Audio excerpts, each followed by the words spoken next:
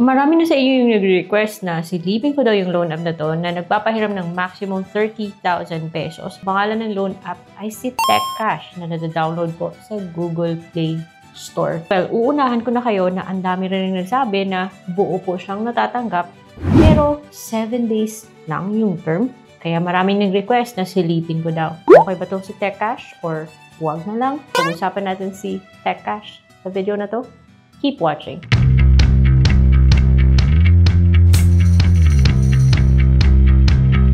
Hello everyone! Welcome back to my channel. It's Ate Red here, the original utang queen.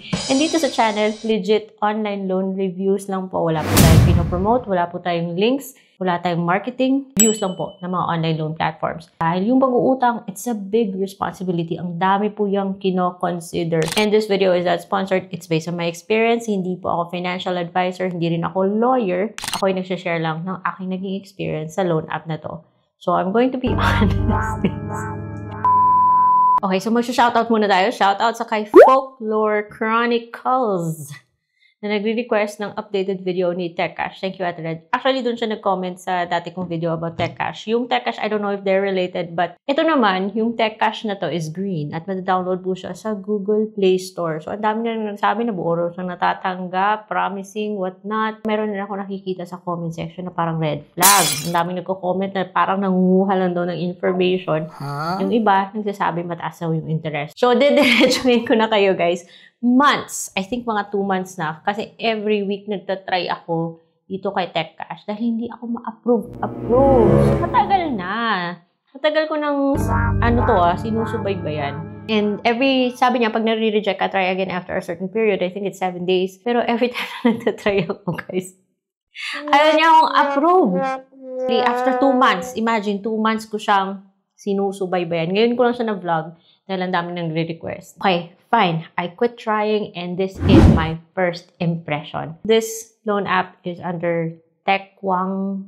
Oh, ayan po. And mukhang simple yung process pero medyo choosy siya ha. At, ewan ko ano ba talaga yung gusto nito para mang-approve. So, when I first downloaded it, mukhang may mataas siyang rating pero not all of those na nag-try sa kanya are happy.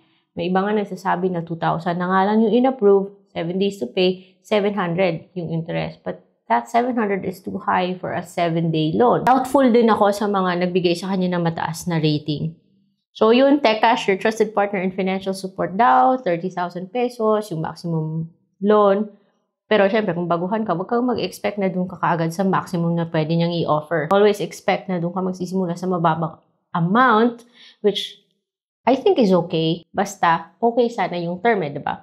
Anyway, so sabi niya, licensed and trusted for your safe, tender, loving care in every transaction. Yun ba yung meaning ng TechCash? Ano ba? So, ito po yung bumungad, yung mga things na kailangan niyang hinga ng permission from your phone. Kasama na doon yung approximate location, camera, installed applications. Accept ka sa kanyang privacy policy. I-click mo yung agree and continue. Kasi syempre, pag nag-disagree ka, hindi ka makakapagpatuloy. Lumabas ulit yung 30,000 pesos sa kanyang dashboard and it says 0.04% per day. With loans up to 12 months, 3 to 12 months, meka dyan. Dami na nagsasabi ha, 7 days to. So take note, huwag kayong mag-expect na 3 months agad. So i-click mo yung claim now if you want to proceed na magbibigay ka ng active phone number, mag-OTP. And here is the glaring part. Humingi nga siya ng password, pero yung password naman, hindi mahigpit yung requirements sa pag-create ng password. In fact, tinanggap niya yung pinakamadaling password. So for loan apps that do this, I don't feel safe. Kaya ako, TechCash naman, yung password nyo, higpitan nyo naman na mabuti. But at least guys, yung OTP ay nanggagaling kay TechCash PH. Oh. Ewan ko kung okay ba, hindi. Anyway, so pagkatapos mong set ng very, very easy password na parang daling ma-hack, humingi po siya ng access to location. Kailangan mo yung i-allow. Notifications, allow din. Click mo na yung claim now to continue at hihingi na siya ng mga basic information. Kasama na doon yung education, marital status, residential address, detailed address, length of residence. Kailangan niya rin yung email mo. And click continue. So, sa mga IDs na tinatanggap ng loan app na ito, kasama na si National ID, UMID, driver license, PhilHealth, TIN, passport, SSS, PRC, and postal. Pipicturean mo yung front ng ID. And then, sa pag-picture, syempre, hingin niya yung access sa camera mo. Moving on, ipapakonfirm niya kasi makaka-capture niya po yung details na nasa ID, lalabas doon. Papa-confirm niya kung tama ba yung na-capture niya. And then, i-click mo lang yung confirm or revise if you need to. Then, hingi po siya ng work or employment information. Wala naman siya masyadong hinihingi pang other details kasi nung sinabi kong freelancer, business owner, yung hiningi niya lang, yung hiningi niya lang is yung income for half the month.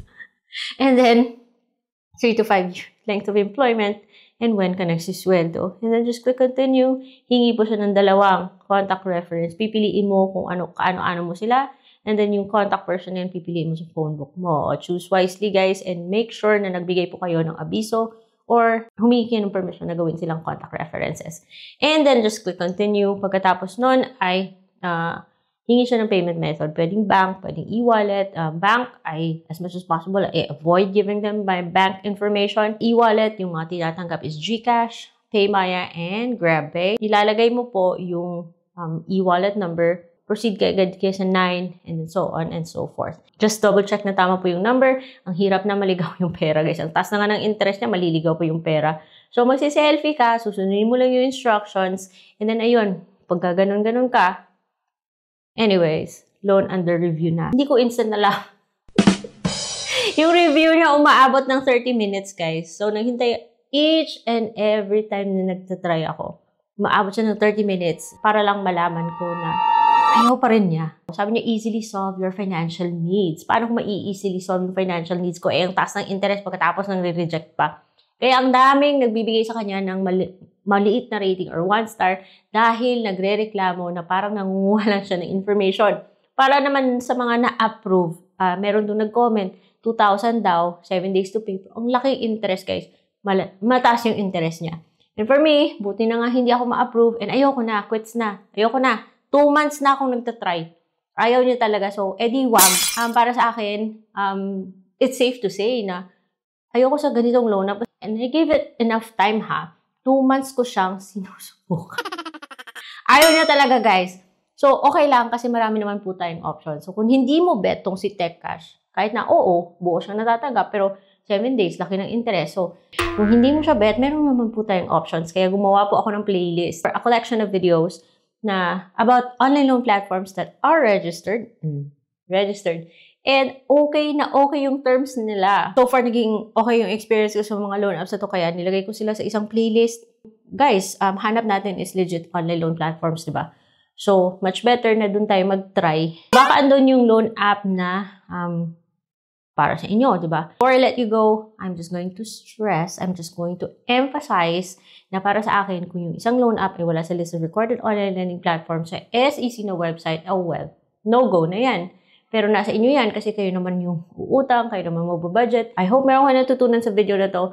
Kung may nakalimutan akong banggitin or kung meron kayong mga gustong isuggest, nasilipin, let me know in the comment section below. Again, subscribe if you haven't already, and I will see you on my next vlog.